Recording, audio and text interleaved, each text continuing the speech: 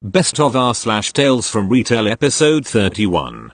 Hey everyone. I want to share this just because it was my first time crying in work. I'm a young female and I moved to a completely new country and got myself a retail job in the first months. A few shifts in, I'm at the till helping customers. This man, 50-60, wants to buy something and hands me bunch of notes all different looking. As I am new in the country, I would have no idea/memory of how every note looks like. I smile at the customer and say that's a very pretty note, I've never seen anything like it. He stares me but gives no expression or reply whatsoever. I decide to check to make sure that it's not a note from possibly a neighboring country and show it to my colleague. He says immediately, yep, it's normal. I turn my head, still smiling and happy, about to put the notes into my till, when I lift my head towards this man and he looks at me very furiously. He says with a quite loud voice, "You shouldn't talk to a customer like that. You should be more careful of what you say. You are embarrassing and humiliating me front of everyone." Which I respond, "I'm sorry, that was not my intention. I am just new in the counter. Thank you. Next. I have remote access to work CCTV. I always find it amusing to see how many people try to get into the shop on Christmas Day. I'm letting lunch settle, so I thought I'd have a little look. Over 25 groups of people, some solo, some couples, some bigger groups, have approached the main doors. We're set in a position that doing so is odd if you're not planning on trying to get in, and I'm counting people that are definitely approaching doors and then either turning around or continue past with a definite course correction. Some may have been checking our opening hours. It's hard to know. Maybe they've seen our opening hours or realized the doors aren't opening, so turn away. But now 6 people have visibly pushed the doors to see if they open. 4 looked inside, as in faces to the glass door, I guess to see if anyone is in. 2 people did both. 1 person spent several minutes trying the door, looking in, wandering around and trying again. Thank you. Next. So I work on an extremely busy high street that everyone flocks to for the holidays. Have done for a few years now. It's Christmas Eve and the shop is heaving. I'm helping a lady who's visiting the country for the first time over Christmas. I asked her if she's got any holiday plans for tomorrow. "Well, we want to come back here and do some more shopping." I laugh politely and say luckily we won't be open tomorrow. We'll all be spending the day with our friends and family. And without even a tiny bit of sarcasm, she says, "Well, that's a shame, isn't it?" "Yeah, absolute shame. Us plebs are allowed family time on one of 2 days our store is shut out of 365 days in the year. Usually they just plug us into the sockets in the back and leave us on idle till our next shift.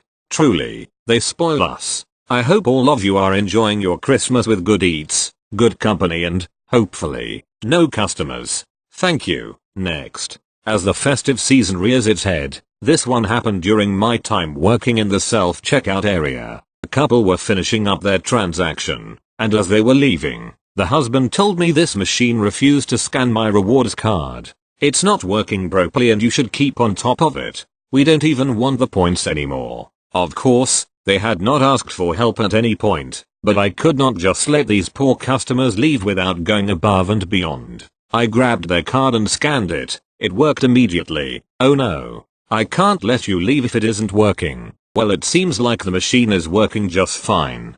We wouldn't have wanted you to leave if it had been broken."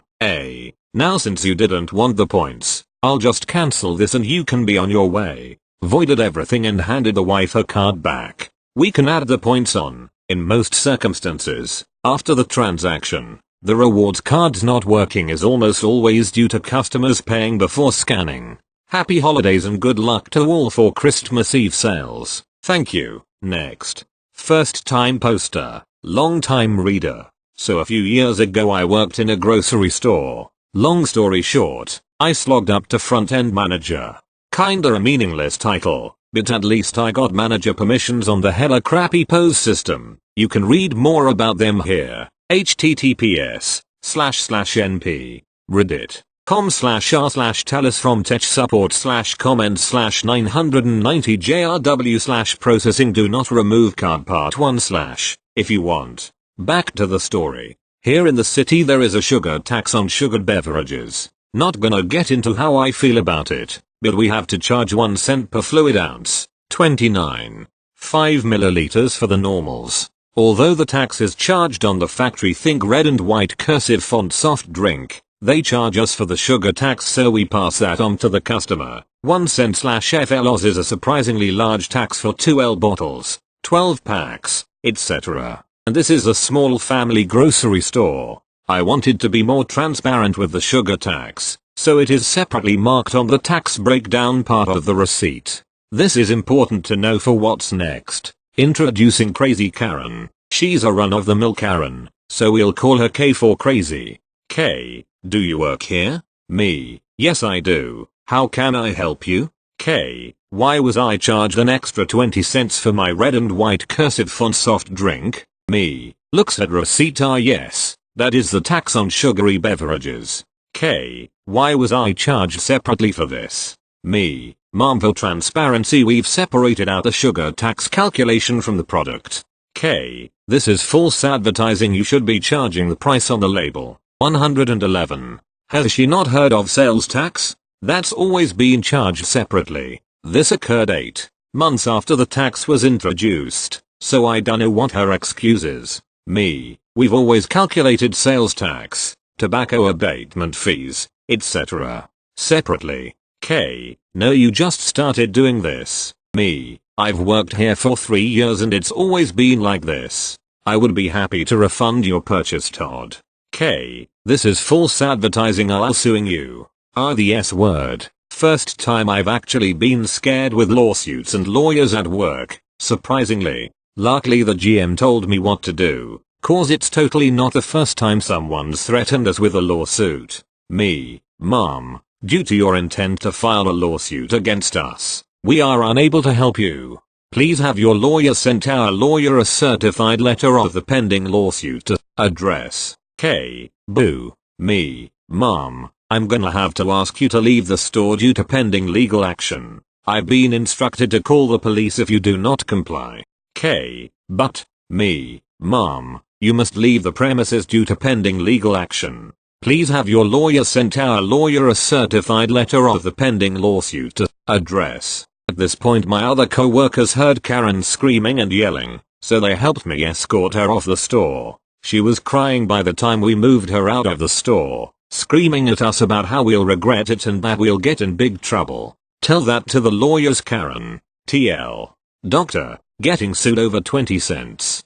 Kicked her out for pending legal action. Screaming ensues. If you're wondering, this happened a year ago and our lawyer didn't get a letter about her lawsuit. And yes, she's tried to come back to buy stuff. She's still banned from the store due to pending legal action, so we promptly kicked her out again. Thanks for reading, I guess. English is not my first language, so please correct me if I made a mistake. Thank you. Thank you. Next. Why are you guys open today / so late? That's awful. You should be home / have the day off with your family / friends. From someone you were ringing up or serving. And proceeded to not roll your eyes. I realize some people are grateful for the money / hours. I definitely am, since they get so bad after the holidays are over, but my co-workers with young kids especially had a tough time hearing this over and over again today / tonight. You're coming in and shopping. You're the reason why we're open. On the positive side, it was nice to hear some of my customers say, I'm so grateful you're open for the last minute people like me. I hope your day goes well and things of that sort. Thank you. Next. This story is several years old, but I'm reminded of it by all these stories of people checking to see if stores were open for Christmas. My first year in retail, the store I was working for underwent 3 management changes in 1 year. Each manager put off doing stock take as long as possible, and eventually it just got the point that we couldn't delay it any longer. Our store closed at 7 PM every night, but this particular night for stock take we closed at 6. Customers could be forgiven for rocking up at 6:30 and being confused, but this isn't one of those stories. Because stocktake had been delayed so long, we were there until about 11 PM, and continued doing variances for like a week. This bloke came up to the doors at about 10, saw all the lights were on inside, and started pounding on the door, thinking there was an emergency outside. The manager went up to the dude and asked what was wrong. The guy was like, hey, why is the door locked? I need something. The manager pointed to the sign that said we were closed for stocktake. then pointed to the hours printed on the door as if to say, "We wouldn't serve you anyway even if it wasn't stock take. We wouldn't be here." Old mate kept insisting we let him in. "You're here, aren't you? Just let me buy or whatever." Mind you, we were an electronics store. There was nothing we sold that could be considered an emergency product. I can't be certain because it was more than 10 years ago, but it was probably an Xbox or something. "No, we're doing stock take and all the tills are off and closed and whatever," says the manager. This fellow was insistent that because we were there and the lights were on we were legally required to let him in and sell him something. The manager just walked away so we could get back to counting. He pounded on the doors for about 10 more minutes before he finally got the message. He left us a 1-star review the next day.